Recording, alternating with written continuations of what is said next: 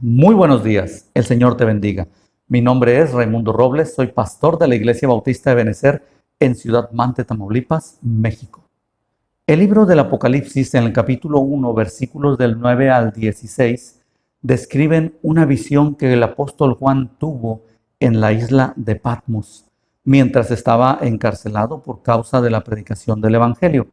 En aquella visión, Juan vio a 7 candeleros de oro y en medio de ellos al Señor Jesucristo vestido de sumo sacerdote.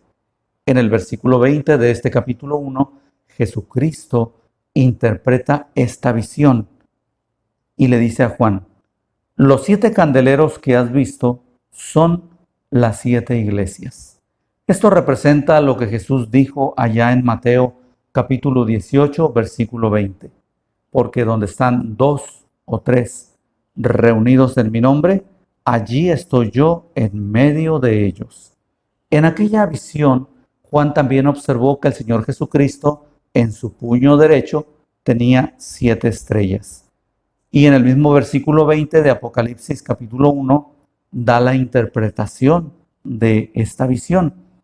Y le dice a Juan: las 7 estrellas son los ángeles de las 7 iglesias. La palabra ángel que aparece aquí significa mensajero.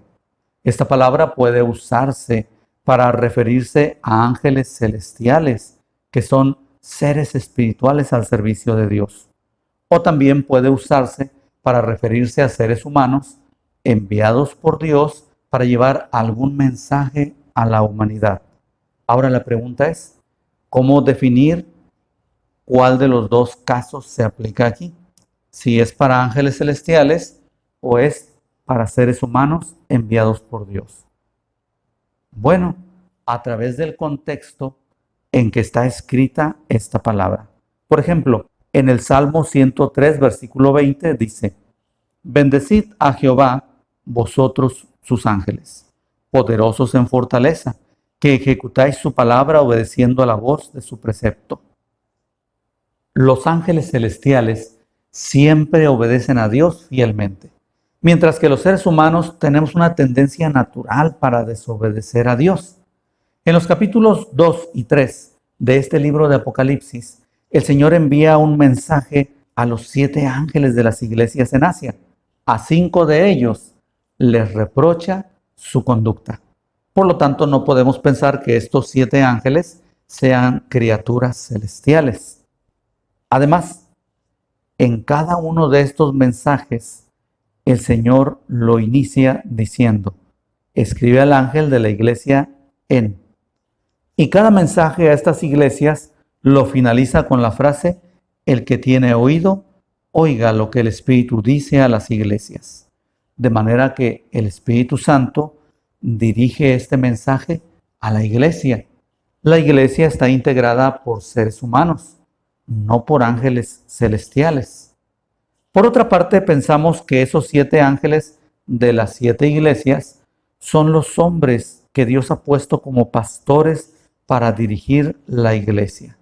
En el libro de los Hechos, capítulo 20, versículo 28, el apóstol Pablo habla con varios pastores y les dice lo siguiente: por tanto, mirad por vosotros y por todo el rebaño en que el Espíritu Santo os ha puesto por obispos, para apacentar la iglesia del Señor, la cual Él ganó por su propia sangre. La palabra obispos que se encuentra aquí significa literalmente supervisores. Pablo dice que el Espíritu ha puesto a ciertos hombres para que supervisen la iglesia, es decir, para que pastoreen las almas que se congregan en la iglesia.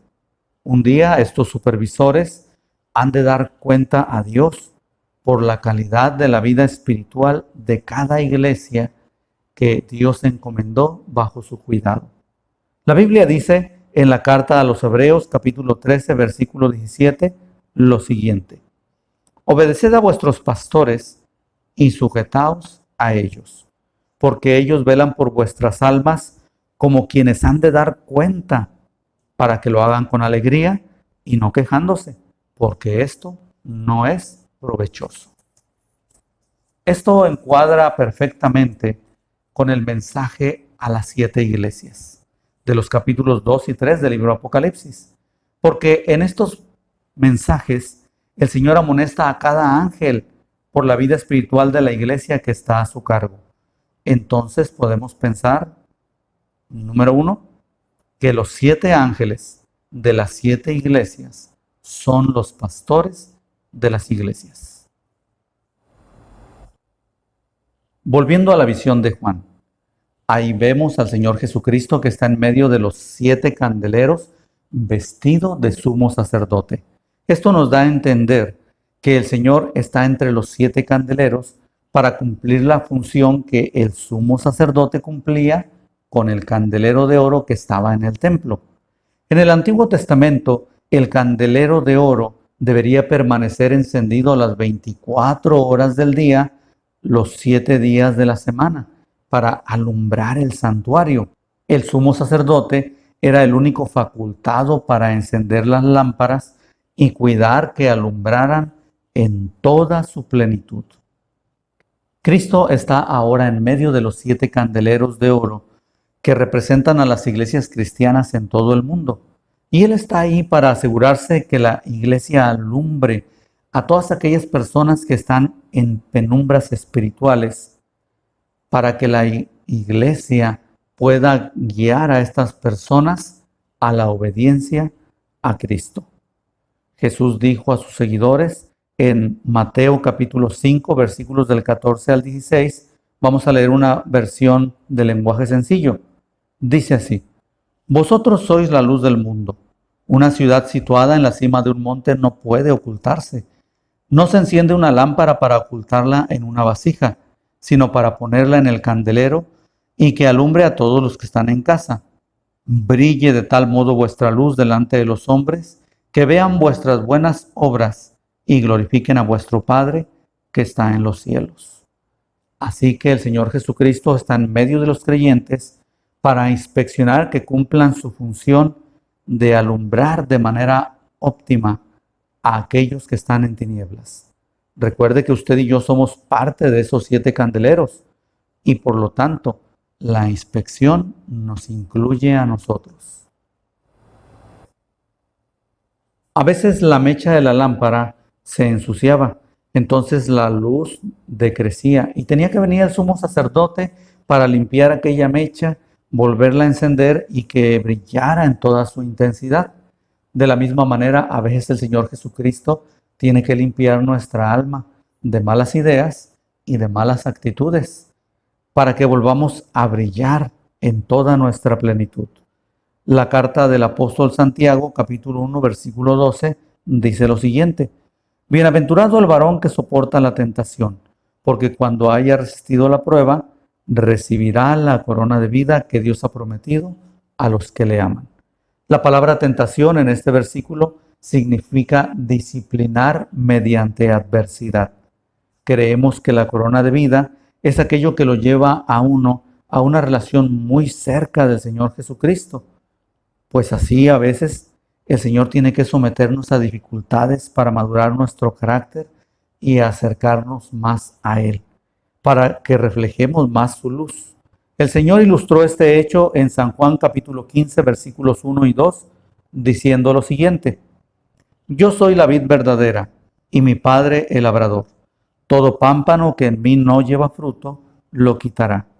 Y todo aquel que lleva fruto, lo limpiará para que lleve más fruto. A veces el Señor tiene que limpiarnos a través de ciertas aflicciones, para limpiarnos de malas actitudes y malas ideas que nos estorban para dar fruto. Así el Señor limpia nuestro pábilo para que alumbremos con mayor plenitud. En otras ocasiones la lámpara se vaciaba de aceite. Entonces tenía que venir el sumo sacerdote, agregar más aceite, llenar aquella lámpara de aceite para que su luz se asegurara permanentemente. Para que reflejemos nosotros más la luz del Señor, Jesucristo tiene que llenarnos de su Santo Espíritu. En la época de los apóstoles, sus enemigos trataron de opacar la luz del Evangelio mediante el hostigamiento y la persecución. Pero cuanto más los amenazaban, los discípulos más se acercaban al Señor para buscar su protección. En respuesta, el Señor los llenaba de su Santo Espíritu para que ellos pudieran brillar con más luz y así predicaran con valentía y convicción la palabra del Señor. Hechos capítulo 4, versículos del 29 al 31, dice lo siguiente: Y ahora, Señor, mira sus amenazas y concede a tus siervos que con todo denuedo hablen tu palabra, mientras extiendes tu mano para que se hagan sanidades y señales y prodigios mediante el nombre de tu Santo Hijo Jesús. Cuando hubieron orado, el lugar en que estaban congregados tembló y todos fueron llenos del Espíritu Santo y hablaban con denuedo la palabra de Dios. A veces, lamentablemente, la mecha de la lámpara se estropeaba completamente y comenzaba a humear todo el santuario. Entonces tenía que venir el sumo sacerdote y apagar la lámpara completamente, cambiar el pábilo y volver a llenar la lámpara de aceite. Si el candelero de nuestra vida no está alumbrando y está llenando de humo nuestro entorno, el Señor Jesucristo tendrá que usar un apagavelas. Eso fue lo que Juan dijo en su primera carta, capítulo 5, versículo 16, diciendo lo siguiente: Si alguno viera a su hermano cometer pecado que no sea de muerte, pedirá, y Dios le dará vida. Esto es para los que cometen pecado que no sea de muerte. Hay pecado de muerte, por el cual yo digo que no se pida. Y uno puede ser puesto de lado, puede ser archivado, puede ser apagado como una vela por el Señor Jesucristo, si nuestra vida solamente es de mal testimonio para la obra del Señor. Dice en Hechos capítulo 5, versículos del 1 al 5: Pero cierto hombre llamado Ananías, con Zafira su mujer, vendió una heredad y sustrajo del precio, sabiéndolo también su mujer, y trayendo solo una parte la puso a los pies de los apóstoles. Y dijo Pedro: Ananías, ¿por qué llenó Satanás tu corazón para que mintieses al Espíritu Santo y sustrajeses del precio de la heredad, reteniéndola? ¿No se te quedaba a ti? Y vendida, ¿no estaba en tu poder? ¿Por qué pusiste esto en tu corazón? No has mentido a los hombres, sino a Dios. Al oír Ananías estas palabras, cayó y expiró. Y vino un gran temor sobre todos los que lo oyeron. ¿Por qué hace esto el Señor Jesucristo? Porque Él quiere luz. Y Él está andando en medio de los candeleros hoy. Y cuando Él ve que una lámpara está produciendo demasiado humo en vez de luz, entonces tiene que apagarla.